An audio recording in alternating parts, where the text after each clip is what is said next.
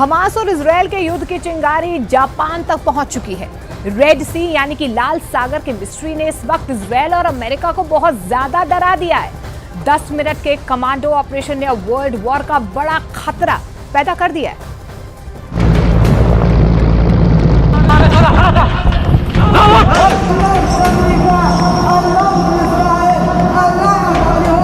Helicopter एक जहाज के ऊपर मंडरा रहा है। हेलीकॉप्टर की कोशिश है कि वो किसी तरह शिप पर उतर जाए। खतरा बहुत ज्यादा है।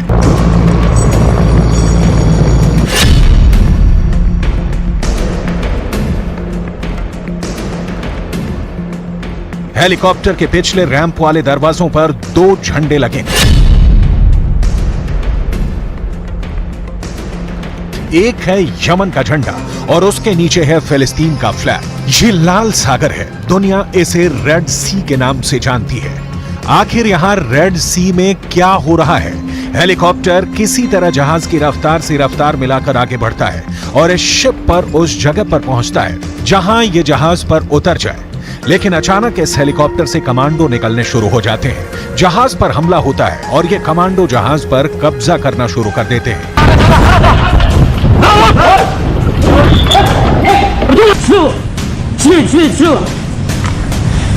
AK-47 और बाकी हथियारों से लैस ये कमांडो जहाज पर आगे बढ़ते हैं। हेलीकॉप्टर फौरन जहाज से उड़ जाता है। क्या हो रहा है किसी को नहीं मालूम। ये कमांडो जल्दी से जल्दी जहाज के ब्रिज की तरफ बढ़ते हैं। ब्रिज यानी वो जगह जहां से पानी के जहाज को कंट्रोल किया जाता है। शिप के स्टाफ की तरफ राइफल ताने ये सभी हमलावर जहाज के ब्रिज में दाखिल हो जाते हैं और फिर क्रू मेंबर्स हैंड्स अप करके हमलावरों की इस टीम के आगे सरेंडर कर देते हैं। रेड सी में चलते हुए जहाज पर अचानक ऐसा क्या हुआ कि ये हमला रेड सी की सबसे बड़ी मिस्ट्री बन गया। 2 मिनट के अंदर कैसे पूरे जहाज को इस कमांडो टीम ने अपने कब्जे में ले लिया और इनका मकसद क्या है? शिप के ब्रिज पर कंट्रोल करने के बाद इन हमलावरों का कब्जा बाकी जहाज पर होने लगता है और फिर लगते हैं वो नारे जो यमन के हूती विद्रोही अमेरिका और इजरायल के खिलाफ लगाते हैं।